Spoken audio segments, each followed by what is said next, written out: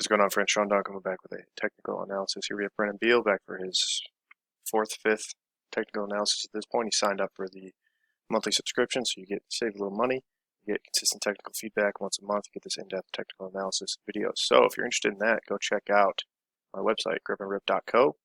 Check out the coaching services. Check out the merch. Maybe get some Grip and Rip apparel. Rep the brand. Support the throwing community. All right. So yes, gripandrip.co for any need you might possibly have. All right, so let's get into it. Let's take a look at this video from Brennan. Last video, it was trying to get him to stay a little bit more centered using the left leg, and I mean, looking at the video already, I think it's closer for sure. I like how nice and easy the throw is in general. The off season is the best time to take nice, easy, rhythmic throws, find positions, learn feeling for the hammer, learn feeling for your body. All that important stuff, because distance doesn't really matter, and even in season distance really doesn't even matter until you get to a competition. So it's all about technical execution. If you execute your technique right, you're going to throw far. So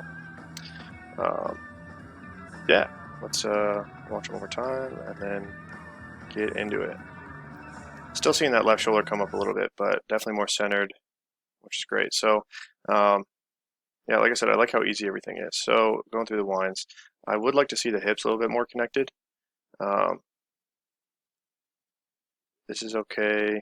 And then there's just a little bit of like lag time as you're coming through here. Hips just kind of shift back.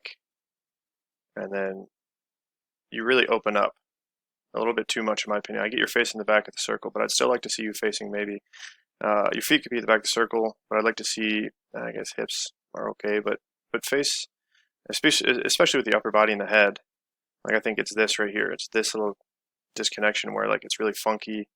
Shoulders are really high, tilted. Left elbow coming really high because you are kind of opening up too much to the left, where I think you need to wind more. Think about winding more, about facing. I can use words good today. I'm also 2 days into a 5-day fast, so think about opening and facing the right more in this second wind, and staying facing the right, especially as the ball goes in front of you or around the left, because I think this opening here actually leads to a little bit of disconnection. As you can see, the ball just doesn't quite have the tension on it that it needs. It's a little bit too low. I'd like to see this wire angle a little bit higher, a little bit flatter there, more perpendicular to the ground. But even then, you're just facing too forwards, where there's not really much tension here. And then, like I said, that left elbow comes really high, so keep that left elbow a little bit lower across the body, across the chest, because this also causes some extension of the low back and the hips, and it's just like adds a little bit of instability into the system. On top of that, maybe a little behind the legs, but not a huge deal.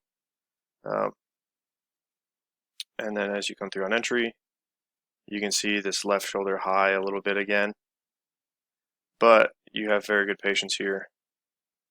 Head leads a little bit, but pretty patient. Like I said, even then, you can see, like I said, by opening up a little bit too early in the winds, or opening up a little bit too early in the entry as well. So stay facing the right, 45 degrees. Think about finding maybe a focal point, 45 degrees before zero, maybe even a little bit before that, 60 degrees, or maybe even 90 degrees, which is a little extreme, but it might help out, might help you connect a little bit earlier. And then if you connect earlier, you can keep this left side down a little bit more. It's easier to stay patient. And then you let the ball get just a little bit more ahead of you on the entry. Like I said, a little bit high in the legs, as you can see here. Right leg's almost totally straight. Left leg almost totally straight. You got a little bend in the knee. Toe turn, it's fine. But you're definitely using that left side more here, which I love to see. That left leg, like I said, staying centered. Pretty good. Decent here. Hips could be a little bit more forward. Torso could be a little bit back more. Just a little bit, maybe too far around the left, but it's better than it was before for sure. That being said, your right leg is also a little bit behind. You could be a little bit more active with this right side. Get that hip up into a little bit more. Chase the ball with the right hip. You can see this little plantar flexion as you come off. That means your right foot's a little lazy. Your right side's a little lazy. But catch pretty centered. A little bit, like I said, a little bit around the left. Not as bad as it was before, but you can see the hips at the end of double support. And then as they go through single support, and then at the beginning of double support, you can see they're a little bit too far over the left heel. I like to see maybe a little bit wider base with the feet. hips in between that wider base, torso a little bit more stacked. But overall, and then you're also kind of stepping around a little bit, as you can see, around with the right foot rather than kind of dropping this left knee forwards. Like I said, this left knee kind of stays pretty stiff right there. And then you're just kind of rotating with the hammer rather than getting a little bit of direction forwards.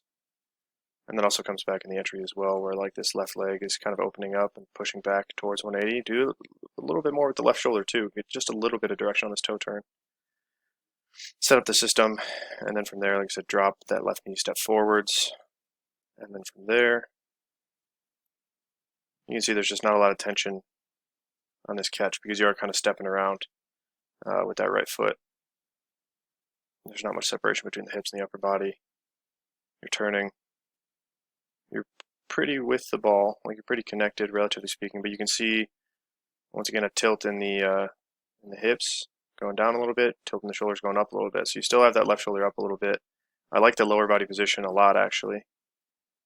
Could be a little bit more bent in this left leg, but then you see the left side is still up. I like the tilt in the hands, but that left side's still up. So you're going to see the energy of the ball kind of start to go up and around. And then you see you don't quite get your hips up into it like you need to as well. The hips are a little bit back, as you can see. As the ball goes left, your hips shift back just a little bit, and you can see this kind of like forward bent sort of posture. And then here you see you put that toe down. Rather than thinking about putting that toe down, drop this left knee forwards towards 180, and that'll put the toe down by itself. So you got to get a little bit more bend in this left knee. And then from there, the system's kind of set. I think that left shoulder's going to end up going up a little bit more. Like I said, lower body position is pretty good. You're with the hammer pretty well. It's just that left shoulder is still up. So it's going to be pulling up and across. And then now you're going to start to see the energy, like I said, shift up and around and start going kind of towards the left sector line a little bit. But you're staying more centered. You're using that, looks like you're back on this right leg a little bit more towards the end of double support. Hips can be a little bit more forward still. Like I said, drop that left knee forwards. Got to get good ankle mobility, knee strength, singles leg strength. So that way you can kind of hold your weight as you drop forwards. You could get on the side of the foot a little bit more, but that's kind of splitting hairs. Some people aren't comfortable doing that. Like I said, same thing here. Right foot's kind of off a little lazy. Hip could get up into it more. Catch, decent catch position, pretty balanced. Hips could be more forwards, like I said, as in previous turns. And then now you start to see a little bit of that left side pulling more. Lower body's with it. Left side's up and tight though a little bit.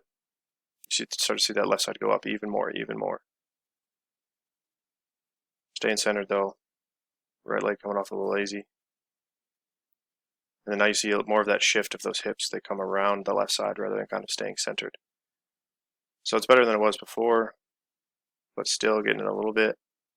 I think it's because the left shoulder is up. And then, like I said, you're just kind of missing direction with that left knee and the stepping around and all that stuff. And you come through on the finish. Finally get your hips up into it a little bit. Yeah, pretty good finish. But a little around the left. As you can see, you get that kind of step around. So, improvements for sure, but definitely some ways to go still.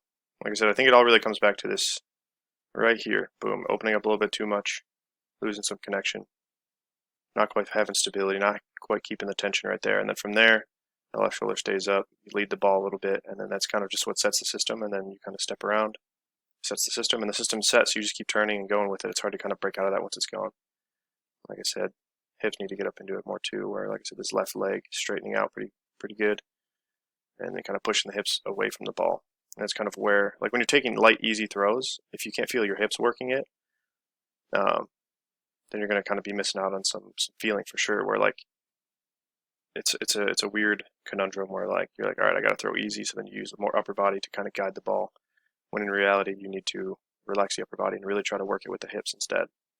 But you're making good strides, so keep it up. Like I said, nice easy throws. Love to see it. All right, and yeah, dude, let me know if you have any questions, Brennan. If anybody else out there would like technical analysis or online throws, programming, coaching, whatever you might need, check out my website, gripandrip.co. All right, thank you for watching. Until next time, Sean Don signing off.